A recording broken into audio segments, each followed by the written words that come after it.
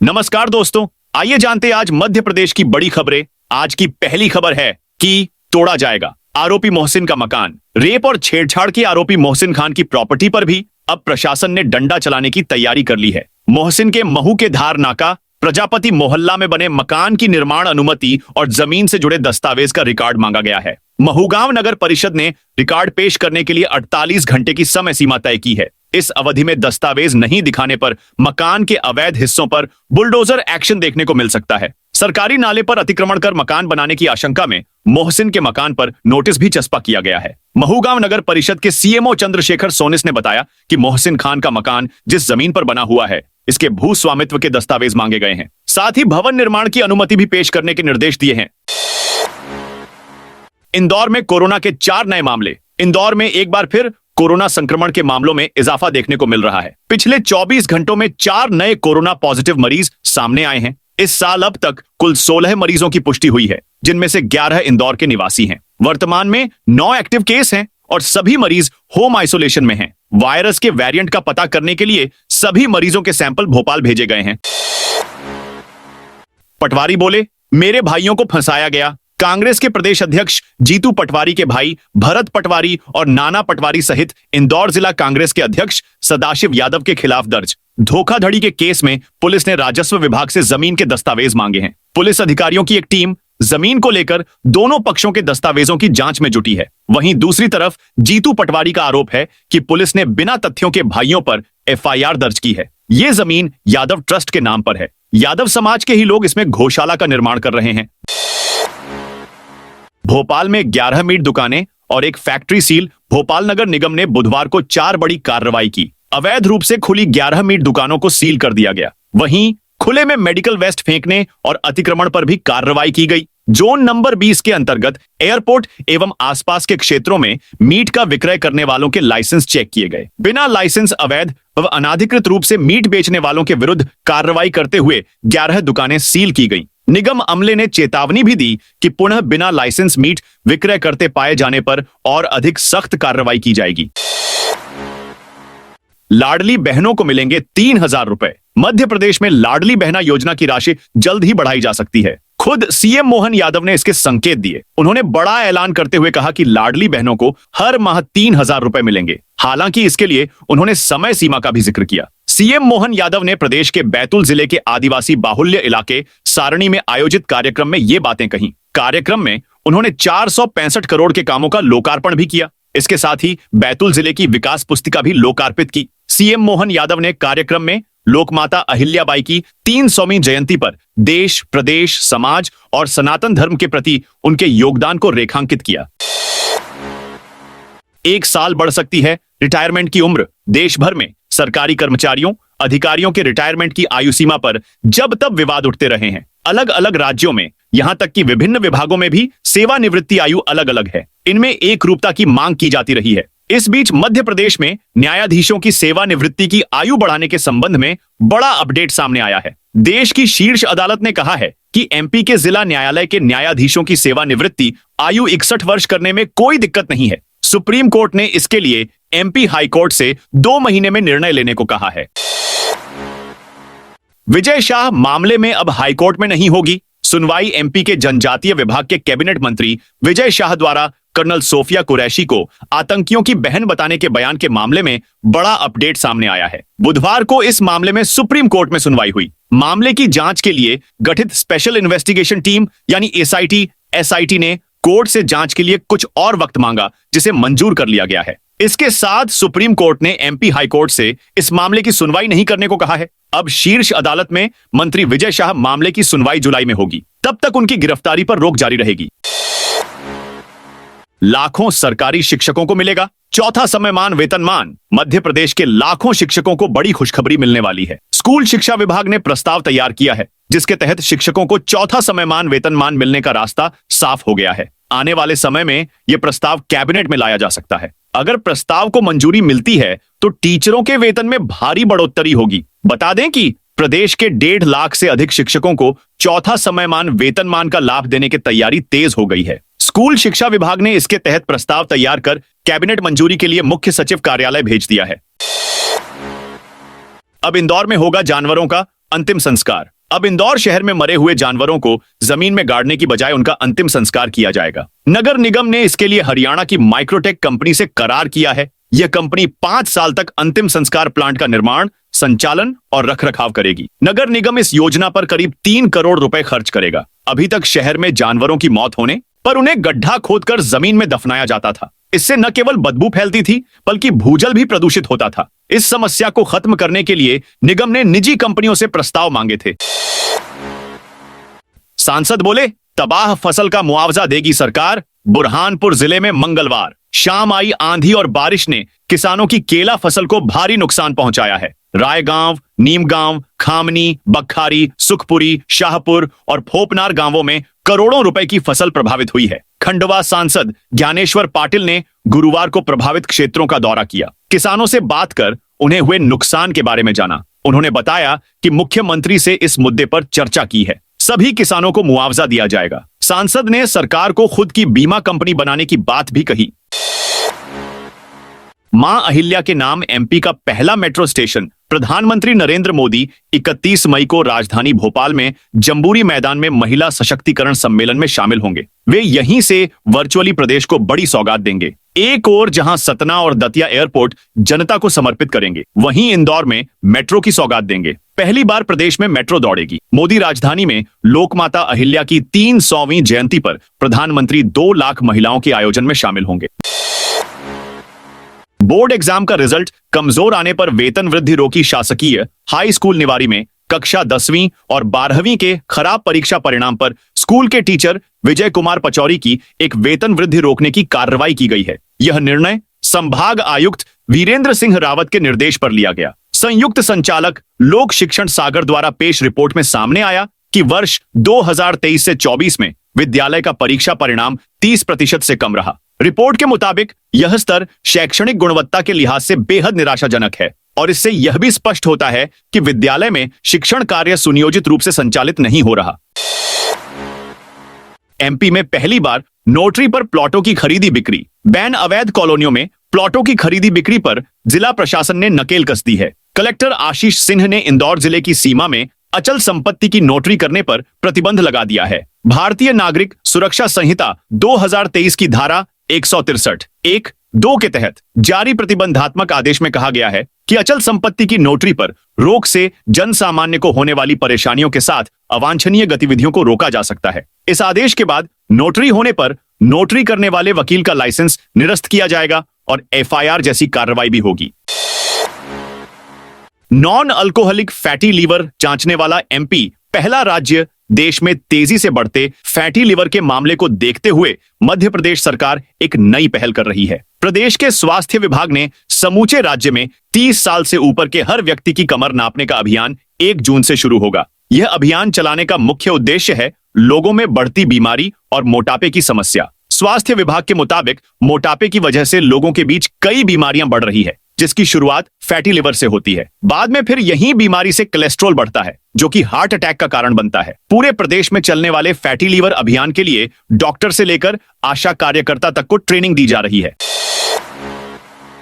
MP सरकार AI के बीच 30 मई को करार। 31 मई को प्रधानमंत्री नरेंद्र मोदी के मप्र दौरे से पहले उज्जैन एयरपोर्ट को लेकर अहम कदम उठने जा रहा है। शुक्रवार को मप्र सरकार के विमानन विभाग और airport authority of India AAI के बीच उज्जैन एयरपोर्ट के विकास के लिए अनुबंध होगा। इस मौके पर एआई के चेयरमैन विपिन कुमार और विमानन विभाग के आयुक्त चंद्रमौली शुक्ला मौजूद रहेंगे। उज्जैन एयरपोर्ट के लिए एआई ने 241 एकड़ जमीन की मांग की है। वर्तमान में 95 एकड़ जमीन उपलब्ध है। बाकी जमीन के लिए विमानन विभाग ने उज्जैन जिला प्रशासन को निर्देश दिए हैं। उज्जैन में धार्मिक गतिविधियों में बढ़ोतरी और 2028 के महाकुंभ को देखते हुए एयरपोर्ट की तैयारी तेज हो गई है।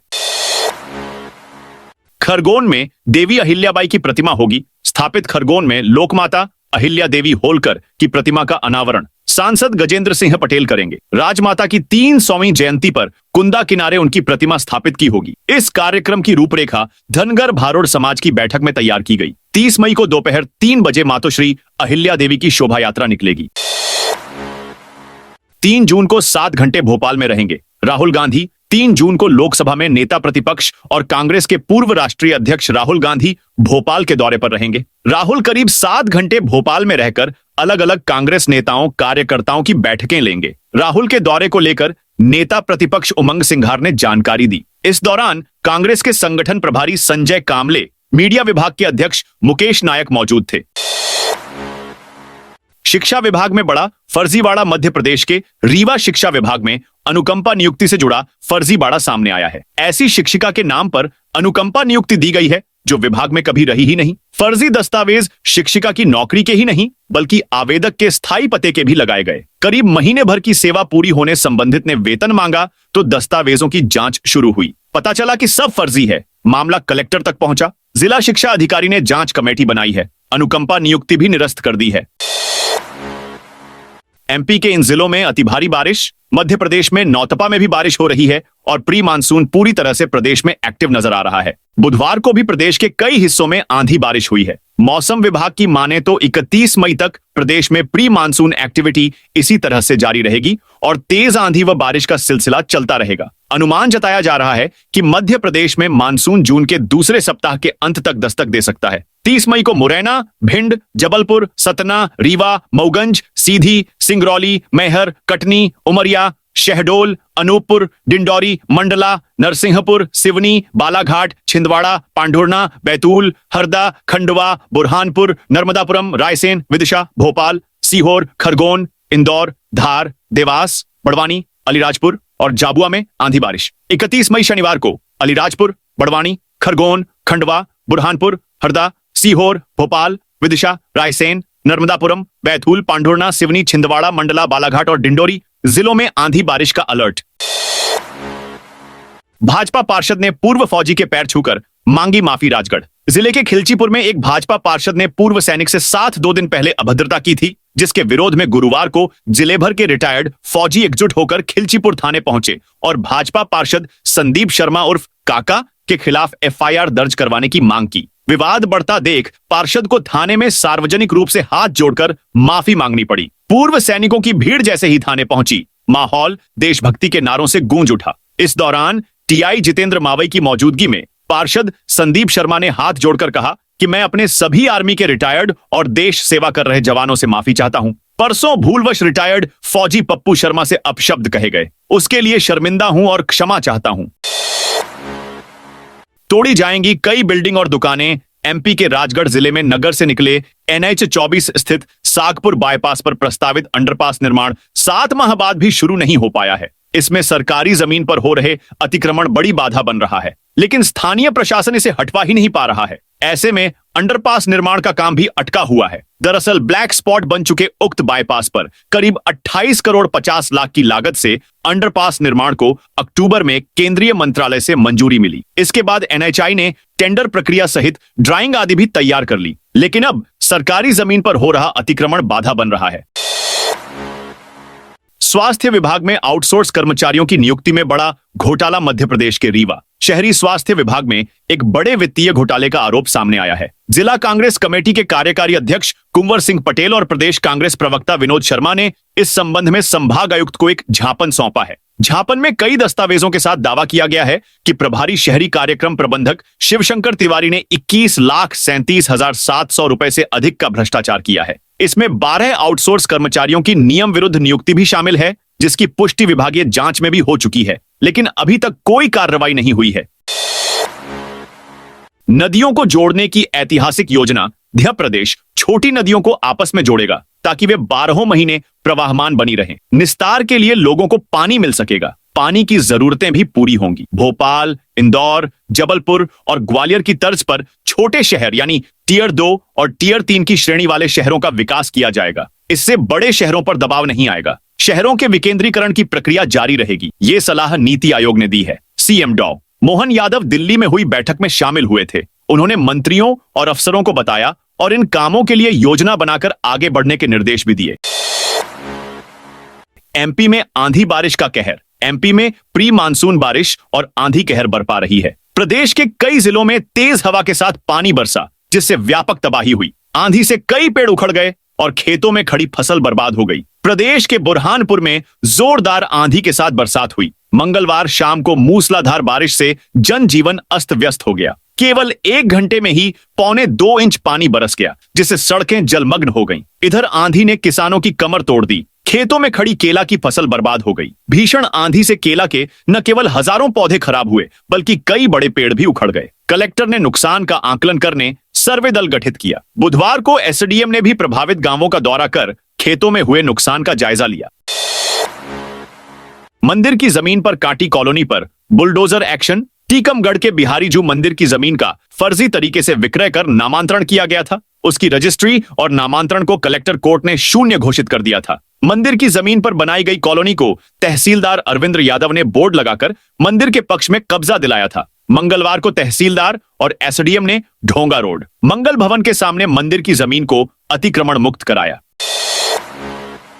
दक्षिण भारत के तीर्थों की सैर कराएगी भारत गौरव ट्रेन। देश भर के तीर्थ यात्रियों के लिए भारतीय रेलवे एक खास पहल करने जा रहा है। Indian railway catering and tourism corporation limited IRCTC द्वारा भारत गौरव पर्यटक ट्रेन के माध्यम से दक्षिण दर्शन यात्रा का आयोजन किया जा रहा है, जो 5 जुलाई 2025 को इंदौर से रवाना होगी। यह ट्रेन रानी कमलापति और इटारसी जैसे महत्वपूर्ण स्टेशनों से होकर गुजरेगी, जिससे भोपाल मंडल के यात्रियों को भी सीधे इस यात्रा में शामिल होने का मौका मिलेगा।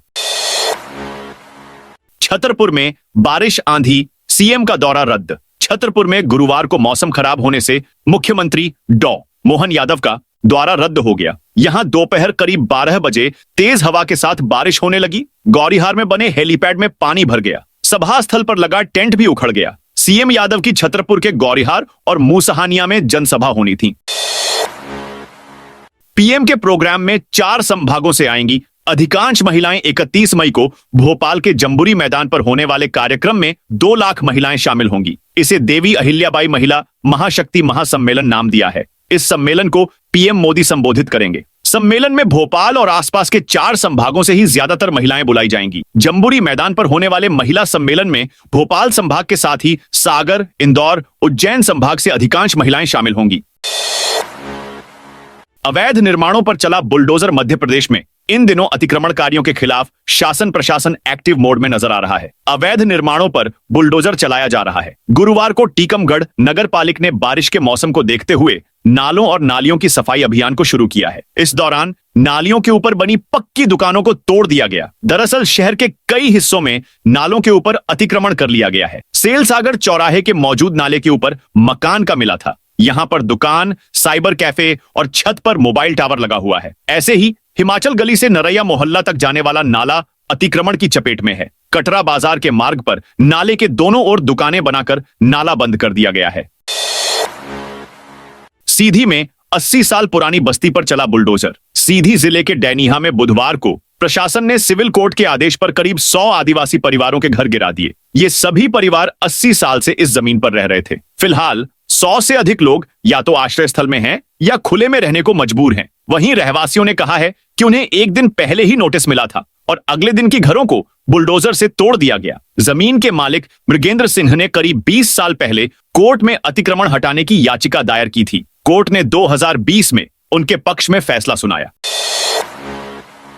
छिंदवाड़ा में शुरू हुआ कृषि संकल्प अभियान। छिंदवाड़ा में केंद्र सरकार द्वारा शुरू किए गए कृषि संकल्प अभियान का गुरुवार को कलेक्टर कार्यालय में शुभारंभ किया गया। यह अभियान खरीफ पूर्व मौसम में किसानों को नई तकनीक और योजनाओं की जानकारी देने के लिए 29 मई से 12 जून तक देश भर के 700 जिलों में चलेगा। इस दौरान देश भर में 1 करोड़ 50 लाख किसानों से सीधा संवाद किया जाएगा। कार्यक्रम के शुभारंभ अवसर पर छिंदवाड़ा सांसद विवेक बंटी साहू, कलेक्टर शीलेंद्र सिंह सहित बड़ी संख्या में कृषि वैज्ञानिक और अधिकारी उपस्थित रहे। जिले की कार्य योजना के अनुसार छिंदवाड़ा के 6 विकास खंडों से 18 वैज्ञानिक इस अभियान में भागीदारी करेंगे।